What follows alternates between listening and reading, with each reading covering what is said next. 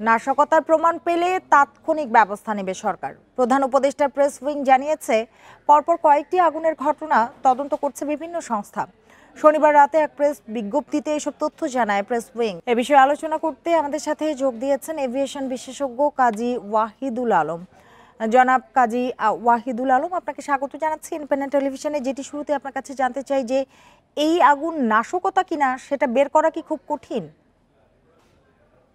আমার মনে হয় খুব একটা কঠিন ব্যাপার না এটা, বিকজ এটা যদি ভালোভাবে তদন্ত হয় সেই ক্ষেত্রে কিন্তু এটা খুব সহসায় বের করা সম্ভব। বিকজ এটা একটা অত্যন্ত রেস্ট্রিক্টেড এরিয়া, ওখানে চারিদিকে সিসিটিভি ক্যামেরা এইভাবে ওখানে প্রতিস্থাপন করা আছে যাতে করে প্রত্যেকটা ব্যক্তির প্রতিটি পদক্ষেপ কিন্তু ওখানে রেকর্ডেড থাকে। সো কাজে ওখান থেকে কোথায় আগুনটা উৎপত্তি হয়েছে, কোথায় কার মাধ্যমে হয়েছে বা কে কিভাবে হয়েছে, এটা কিন্তু সিসিটিভি ক্যামেরায় ধরা পড়ার কথা। কাজে এখান থেকে এটা বের করার খুব একটা কষ্টসাধ্য ব্যাপার হবে বলে মনে হয় না।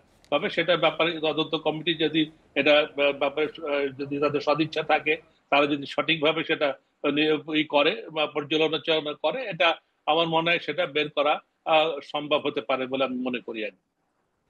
জি, এত দীর্ঘ সময় লাগলো আগুন নেভাতে, এতে ইমেজ সংকট তৈরি হবে কি? অবশ্যই, এটা তো আমরা একটা এয়ারপোর্ট, আন্তর্জাতিক দেশের সব থেকে বড় গেটওয়ে বা ইয়ার শাহজালাল আন্তর্জাতিক বিমানবন্দর। এখানে এই যে দুপুর 2টোর সময় আগুন লেগেছে, আজ এখন রাত 9টা 10টা বাজতে চললো, 7-8 ঘন্টা হতে চলেছে। এই দীর্ঘ সময় আগুন নির্বাপন করা সম্ভব হলো না, এটা কিন্তু আমাদের আগুন নির্বাপনের যে সক্ষমতা সেটার ব্যাপারে কিন্তু প্রশ্নবিদ্ধ হয়েছে। এবং আমরা যদি একটা জিনিস লক্ষ্য করে থাকি যে এই আগুনটা সূত্রপাত হয়েছে, আমরা যতটুকু জানতে পেরেছি বাইরে থেকে, যে স্কাই ক্যাপিটালের একটা বিল্ডিং আছে, সেই স্কাই ক্যাপিটালের বিল্ডিং এ প্রথম আগুনের সূচনা হয় এবং সেখান থেকে আগুনটা সম্প্রসারিত হয় এক্সপ্রেস কার্গো যেটা আছে সেন্টার আছে, সেখানে এটা কিছুক্ষণ সেই জায়গায় স্তীমিত ছিল আর কি। তো ওখানে প্রায় 1 ঘন্টা মতো আমরা যতটুকু জানি যে আগুনটা ওই জায়গাতেই মানে কনসেন্ট্রেট করছিল আর কি। সেই সময় বিমানবন্দরের মতো অত্যন্ত স্পর্শকাতর জায়গায় এবং যেখানে ফায়ার ব্রিগেডের গাড়ি সবসময় মোতায়েন থাকে, সেই ফায়ার ব্রিগেড এসে কেন ওই জায়গাটায় প্রাথমিকভাবে অগ্নিটা নির্বাপন করা সম্ভব হলো না, সেটা একটা বড় প্রশ্ন। বিকজ এটার পরে আমরা দেখেছি এক্সপ্রেস কার্গো যেটা ছিল, কোরিয়ার কার্গো সার্ভিস যেটা সেন্টার ছিল, সেখান থেকে পরে এটা কিন্তু ইম্পোর্ট কার্গো ভিলেজে গেছে আর কি। সো কাজে ওইটা যদি প্রাথমিক পর্যায়ে যদি এই আগুনটা ওখানে নির্বাপন করা যেতে পারতো, তাহলে কিন্তু এতটা ভয়াবহ রূপ ধারণ করতো না। কিন্তু সেটা কেন করা যায়নি বা কেন ওটা হয়নি বা কি সিদ্ধান্তের কারণে বা ফায়ার ব্রিগেড কেন করতে পারেনি, সেটা কিন্তু একটা আমার মনে অনেকের মনেই প্রশ্ন জেগেছে, সেটা আমাদেরকে দেখতে হবে। 2 নম্বর হলো বললেন যে কি যে আমাদের বিমানবন্দরের মতন গুরুত্বপূর্ণ জায়গায় নিরাপত্তা নিয়ে এখন প্রশ্ন উঠতে পারে কি? অবশ্যই পারে, বিকজ এখানে যখন এই ধরনের একটা ব্যাপক দুর্ঘটনা ঘটে গেল, স্বাভাবিকভাবেই কিন্তু এখানে সবাই শঙ্কিত। এবং যে কোনো বিমান মানে এয়ার এভিয়েশন ক্ষেত্রে কিন্তু যে কোনো ধরনের দুর্ঘটনা সারা বিশ্বে কিন্তু একটা নেগেটিভ মেসেজ সবসময় দিয়ে থাকে। এবং এটা কিন্তু সারা বিশ্বের বিভিন্ন দেশে কিন্তু এটা খুব ব্যাপকভাবে প্রচারিত হচ্ছে। এবং স্বাভাবিকভাবে এটাতে করে যেসব এয়ারলাইন এখানে অপারেট করছে বা যারা আগামীতে অপারেট করার চিন্তা করছে, আমরা থার্ড টার্মিনাল ওপেনিং এর কথা চিন্তা করছি, তখন আমরা আরো অনেক বেশি সংখ্যক এয়ারলাইন এখানে আসবে বলে আশা করছি। কাজে সেই সব ক্ষেত্রে যদি এয়ারলাইন গুলো তাদের এয়ারক্রাফট যখন এখানে আসবে, তাদের জানমালের নিরাপত্তায়, তাদের যে ব্যাগেজ থাকবে, তাদের যে কার্গো থাকবে, সেইগুলো নিরাপত্তা কিন্তু সবগুলো এয়ারলাইন্স সময় সেটাকে প্রাধান্য দিয়ে থাকে। তো স্বাভাবিকভাবে এই ধরনের একটা ঘটনার পরে সবার মনে একটা প্রশ্ন জাগবে যে এখানে কতটা নিরাপত্তা এখানে আছে, এবং সেটা যতক্ষণ পর্যন্ত আমরা এনশিওর না করতে পারবো ততক্ষণ পর্যন্ত কিন্তু এটা আমাদের সম্বন্ধে খুব একটা ভালো ধারণা বাইরে দিবে না আর কি। আরেকটি বিষয় একটু জানতে চাই যে এতগুলি ফ্লাইট বিলম্বিত হলো, যাত্রী আটকা পড়েছে, এক্ষেত্রে এখন কিভাবে ব্যবস্থাপনা করা হবে? এটাতে একটা বিপর্যয়, দারুণ ভাবে বিপর্যয় ঘটবে। বিকজ প্যাসেঞ্জার যারা ইনকামিং প্যাসেঞ্জার ছিল, তারা বিভিন্ন জায়গায় গেছে, চিটাগাং বা সিলেটে যারা অবতরণ করেছে তারা আবার ঢাকায় ফিরে আসবে। ওইসব এয়ারক্রাফট গুলো আবার রিডিপ্লয় করার যে শিডিউল ছিল সেইগুলো, সেই শিডিউল বিপর্যয় হবে। বিদেশ থেকে অনেক ফ্লাইট রিডাইরেক্ট হয়ে চলে গেছে, তারা রিটার্ন চলে গেছে তাদের দেশে। সেই সব ফ্লাইট আবার নতুন করে ওখান থেকে রওনা হয়ে আবার এসে তাদের ফ্লাইট আবার পুরোপুরি এই বিপর্যয় কাটিয়ে উঠতে কিন্তু প্রত্যেকটা এয়ারলাইন্সকে একটা বড় সময় লাগবে। এটা আমার মনে হয় 3-4 দিন সময় লেগে যেতে পারে এটা মানে একটা করার জন্য, নর্মালাইজ করার জন্য। সেই ক্ষেত্রে যাত্রীদের কিন্তু একটা বড় ধরনের বিপর্যয় হবে, তাদের দুর্ভোগ হবে, এটা কিন্তু নিঃসন্দেহে বলা যায়। জি। আরেকটু জানতে চাই যে এই যে আগুন অগ্নিকাণ্ডের ঘটনা ঘটলো, ক্ষতিগ্রস্তরা কিভাবে ক্ষতিপূরণ পাবেন? এটা আসলে কিন্তু বলা খুব মুশকিল, যদিও বলা হয়ে থাকে যে ইন্স্যুরেন্স কভার থাকে, যে কোনো ধরনের ইম্পোর্ট বা এক্সপোর্ট কার্গো ইন্স্যুরেন্স কভারেজ থেকে থাকে, কিন্তু ইন্স্যুরেন্স কার্গো কতটুকু কভারেজ তারা দিবে বা কতটুকু ইন্স্যুরেন্স কভার করা আছে সেগুলো কিন্তু প্রশ্নবিদ্ধ হয়ে থাকে। আর সব থেকে বড় কথা কি, ঠিক আছে ক্ষতিপূরণ হয়তো আর্থিক ক্ষতিপূরণ হতে পারে, কিন্তু এই যে মালামাল গুলো পড়ে গেল, এগুলো আমরা জানি আমাদের গার্মেন্টস এর মালামাল বা ফার্মাসিউটিক্যাল র মেটেরিয়াল বা অন্যান্য আরো অনেক কিছু এখানে ছিল যেগুলো আমাদের এক্সপোর্ট সাবস্টিটিউট।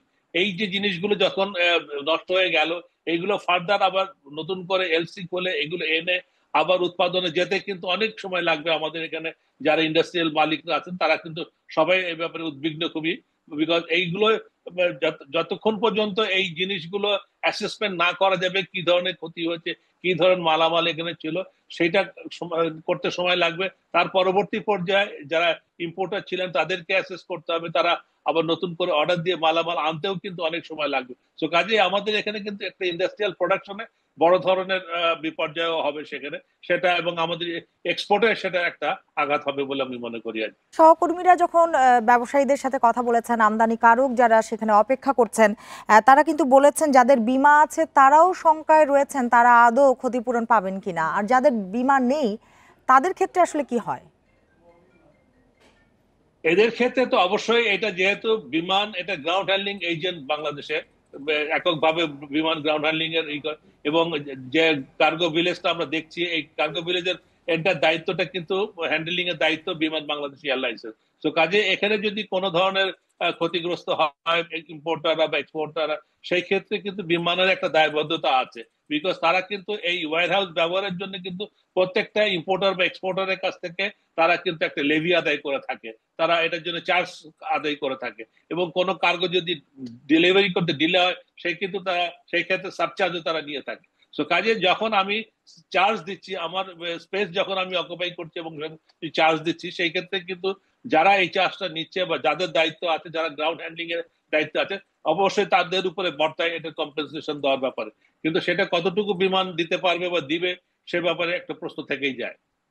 আরেকটি বিষয় একটু জানতে চাই যে এই ধরনের নিরাপদ জায়গা, বিমানবন্দরের মতো নিরাপদ জায়গায় যেই ধরনের সেফটি, ফায়ার সেফটি থাকার কথা সেটি দেখা যায়নি, এমনটি দাবি করেছে ফায়ার সার্ভিস, এবং তার কারণে তাদের চ্যালেঞ্জও কিন্তু বেশি হয়েছে।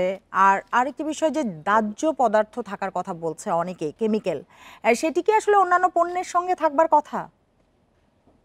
না, এটা দাহ্য পদার্থ যেটা আছে বা বিমানের যে ডেঞ্জারাস গুডস যে জায়গাটাতে থাকে সেখানে কিন্তু ওটা আইসোলেটেড থাকে, তারপরেও সেটা সেখানে আগুন ছড়িয়ে গেছে আর কি।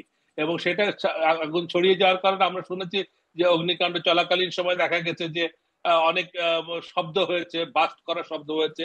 এখানে রাতে করে আমরা মনে হয়েছে সেখানে যেসব কেমিক্যালস ই ছিল, পট ছিল বা যেসব পাত্র ছিল সেগুলো বাস্ট করেছে, বাস্ট করে সেগুলো শব্দ হয়েছে এবং সেগুলো বাস্ট করাতেই কিন্তু আগুনের লেলিয়ার শিখা আরো বেড়ে গেছে।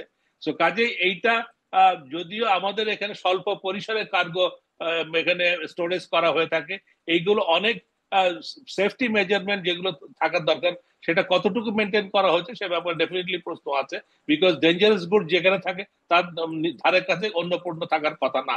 কিন্তু সেখানে আমরা আমরা যতটুকু জানি এখানে জায়গা স্বল্পতার কারণে সেটা আমরা হয়তো মেনটেন করা সম্ভব হয় না, বা যে ধরনের সেফটি প্রোটোকল মেনটেন করা উচিত এক্সপোর্ট বা ইম্পোর্ট কার্গো ভিলেজে, সেই ধরনের কিন্তু প্রোটোকল এখানে মেনটেন করা হয় না বা করা সম্ভব হয় না। আমাদের এখানে আমাদের স্পেস কনস্ট্যান্ট আছে, বিকজ আমাদের যে পরিমাণে কার্গো এক্সপোর্ট হয় বা ইম্পোর্ট হয় তা আমরা দেখেছি যে ম্যাক্সিমাম 20% ভিতরে থাকে, আর 80% কার্গো কিন্তু বাইরে মানে ইসে থাকে, খোলা আকাশের নিচে থাকে।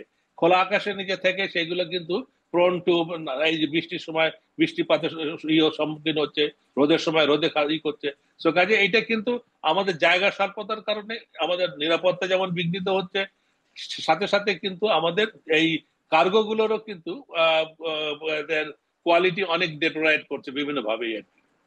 জি, বুঝতে পেরেছি। জনাব কাজী ওয়াহিদুল আলম, আপনাকে অনেক ধন্যবাদ আমাদের সাথে যোগ দেওয়ার জন্য, আমাদের সময় দেওয়ার জন্য।